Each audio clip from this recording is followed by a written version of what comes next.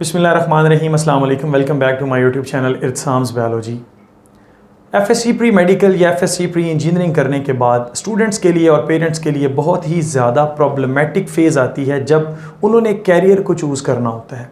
अब career choose करने में बहुत सारे लोग मिस्टेक भी कर जाते हैं और बहुत सारे लोग जो हैं वो राइट पाथवे पे चलते हैं। आज की इस वीडियो के अंदर मैं आपको एफएससी प्री मेडिकल से रेलिवेंट मोर देन 30 जो है वो फील्ड्स उनको डिस्कस करूंगा जिनका स्कोप पाकिस्तान के अंदर बहुत ज़्यादा है, जिनका स्कोप अब्रॉड में बहुत ज़्यादा है और इससे आप 100% जो है वो जॉब सिक्योर कर सकते हैं। एक ब्राइट फ्यूचर जो है इन फील्ड्स को अगर आप चूज़ करते हैं तो वो होगा इंशाल्लाह आप लोगों का। आने वाली वीडियो के अंदर मैं एफएससी प्री इंजीनियरिंग के बारे में वीडियो बनाऊंगा जिसमें वहाँ पर भी मैं मोर देन 30 फील्ड्स को जो है वो डिस्कस करूँगा। तो सबसे पहले चलते हैं कि एफएससी प्री मेडिकल करने के बाद स्टूडेंट के पास कौन कौन सी ऑप्शन होती हैं। पहली ऑप्शन आपको पता है कि बहुत सारे स्टूडेंट एफएससी प्री मेडिकल रखते ही इसलिए हैं कि वो मेडिकल की फील्ड में जाना चाहते हैं। तो सबसे पहला तो आ जाता है कि एमबीबीएस। जिन बच्चों का एमबीबीएस में एडमिशन होता है वो तो बहुत लकी होते हैं। लाइक अगर 1 लाख बच्चे ने एफएससी किया तो 3000 को सीट मिलनी है, बाकी सारे जो हैं वो वेटिंग लिस्ट में आ जाएंगे या वो कोई और काम करेंगे या मतलब फर्दर वो फील्ड कोई और चूज़ करेंगे। ठीक है, उसके बाद आ जाते हैं बीडीएस, डेंटल डॉक्टर आ जाता है। ये अच्छी फील्ड है।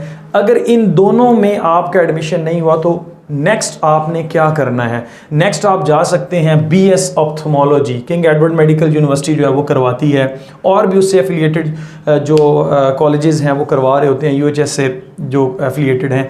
उसके बाद आपके पास आती है बीएस ऑप्टोमेट्री। ये दोनों जो है वो आइज से रिलेटेड हैं। आप एक अच्छे खासे सर्जन को या फिजिशियन को असिस्ट कर सकते हैं। आप अलग से अपनी एक जो है वो शॉप भी बना सकते हैं, एक अपना क्लिनिक छोटा सा बना सकते हैं, उसमें कोई जो है वो प्रॉब्लम नहीं है। उसके बाद आता है बीएस नर्सिंग।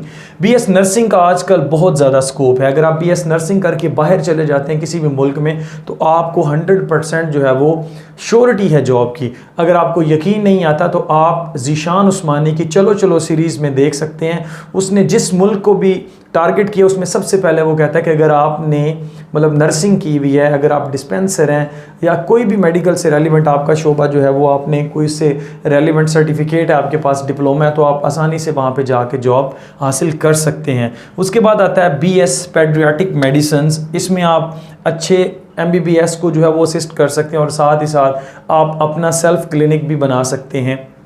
उसके बाद आता है BS emergency and ICU science.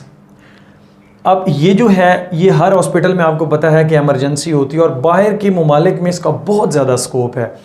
Emergency को डील करना डॉक्टर के लिए सबसे बड़ा प्रॉब्लम होता है, तो इसलिए अगर आपने ये बीएस प्रोग्राम 4 साल प्रोग्राम किया तो प्लस 1 साल आप इंटर्नशिप करते हैं तो आप Pakistan and as well as दूसरे कंट्रीज़ के अंदर किसी भी जगह पे अप्लाई कर सकते हैं, आपको जॉब 100% मिल सकती है। उसके बाद आता है कार्डिक परफ्यूजन टेक्नोलॉजी आ जाती है। जब भी हार्ट सर्जन को ऑपरेट करना पड़ता है हार्ट का तो उसके साथ साथ इस टेक्नीशियन की ज़रूरत होती है। उसके बाद बीएस रेस्पिरेटरी टेक्नोलॉजी आ जाता है एंड बीएस एनेस्थीसिया आ जाता है। तो ये आपके पास वो फील्ड्स हैं जिसमें 100% जॉब कंफर्म है अगर आपका इनमें से किसी भी जगह पर एडमिशन हो जाता है। अब देखें एनेस्थीसिया जितने भी ऑपरेट होने हैं वहाँ पर एनेस्थीसिया वाले की ज़रूरत होगी तो बेहतरीन जॉब है मेरी नज़र में अगर आपने अलाइड हेल्थ साइंसेस को चूज़ करना है तो। उसके बाद वो जॉब्स आती हैं जिसमें आप सेल्फ क्लिनिक बना सकते हैं।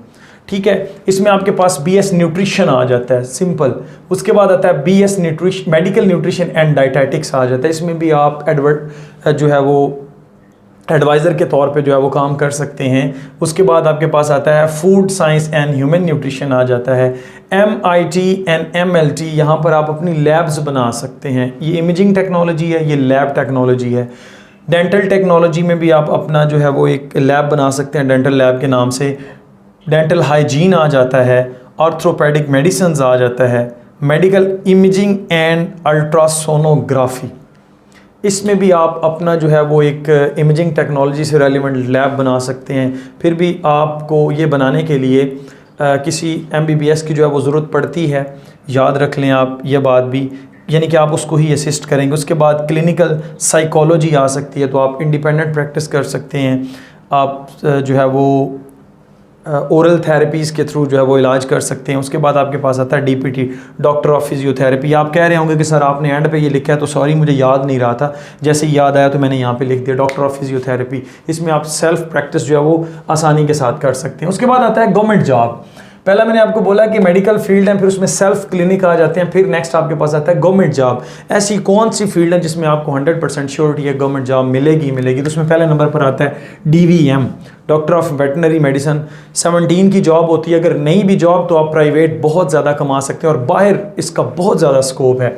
बॉटनी एंड जोलॉजी, इसमें आपके पास टीचिंग जो मेन है वो आपके पास आ जाती है, और अदरवाइज जोलॉजी और बॉटनी से रेलिवेंट बहुत सारी फील्ड्स आती हैं, फोरेंसिक में आती हैं। उसके बाद आपके पास ये जो एटॉमिक एनर्जी इसमें आती हैं, टीचिंग की आती हैं, लेक्चरशिप की आती हैं, तो आसानी के साथ इसमें भी जॉब हो सकती है।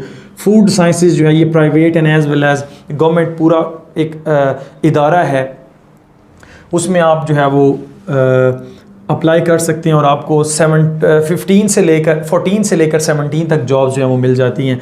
उसके बाद आता है एग्रीकल्चर, बहुत ही इंपॉर्टेंट और इमर्जिंग फील्ड है। मोर देन 20 फील्ड्स हैं इसके अंदर, आगे मोर देन 20 प्रोग्राम्स हैं। किसी को भी चूज़ कर लें, आपको पाकिस्तान के अंदर and as well as abroad हर जगह पर इसका स्कोप है और आसानी के साथ आपको जॉब इसमें मिल जाती है। नेक्स्ट हमारे पास आता है स्टडी अब्रॉड स्कॉलरशिप्स। ऐसी कौन सी फील्ड हैं, अगर आप बाहर जाना चाहते हैं, किसी भी लिहाज से आपका दिल है कि मैं पाकिस्तान को लीव कर जाऊं और मैं बाहर से जाके अपनी डिग्रीज़ जो है वो कंप्लीट करूं, अपनी तालीम उसको मुकम्मल करूं और ज़्यादा से ज़्यादा जो है वो अर्न कर सकूं, वैसी बात है, स्टेबल होना है, अपनी फैमिलीज़ को लेके जाना है, तो जो फील्ड्स मैं बताने जा रहा हूं इनका बाहर बहुत ज़्यादा स्कोप है और आसानी से आपको इनका स्कॉलरशिप जो है वो मिल सकता है। इसके लिए टिप्स दूंगा कि आप कैसे स्कॉलरशिप विन कर सकते हैं, वो आपने एंड तक वीडियो को देखना, फिर आपको बताऊँगा। इसमें सबसे पहले नंबर पर आती है BS microbiology, BS biotechnology, BS pharmaceutical chemistry, BS pharmacology, BS applied molecular biology, BS biochemistry, BS molecular genetics and BS bio informatics. ये वो सारे प्रोग्राम हैं जिनका पाकिस्तान में डिफरेंट लैब्स के अंदर रोल है। अगर आप रिसर्च करना चाहते हैं तो चुप करके इन फील्ड्स के अंदर चले जाएं, आप यकीन माने कि इनका बहुत ज़्यादा स्कोप है, पाकिस्तान भी और बाहर भी।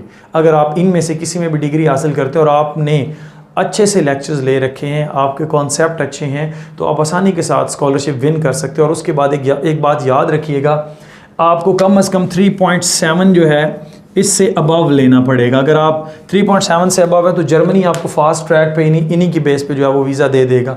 ये बात 100% श्योरिटी के साथ कह रहा हूँ। प्लस जो यूनिवर्सिटीज़ के अंदर सेमिनार्स होते हैं, कॉन्फ्रेंसेस होती हैं, वो आपने 100% अटेंड करनी है। किसी और डिपार्टमेंट के भी तो आप भी जाके अटेंड करें। अटेंड करने के बाद वहाँ से एक सर्टिफिकेट मिलता है, वो सर्टिफिकेट लें। जितने सर्टिफिकेट आपके पास ज़्यादा होंगे आप उतना अच्छे तरीके से और उतना जल्दी स्कॉलरशिप विन कर सकते हैं। और साथ ही साथ आप अपनी आइट्स जो है उसकी तैयारी साथ ही साथ करते रहें और छठे सेमेस्टर या 7वें सेमेस्टर में किसी भी टाइम पे आइट्स का भी जो एग्ज़ाम है वो दे दें, इंशाल्लाह आपको फ़ायदा होगा। सो आई होप कि आपको ये मेरी वीडियो अच्छी लगी होगी। Stay connected. Thank you and अल्लाह हाफिज़।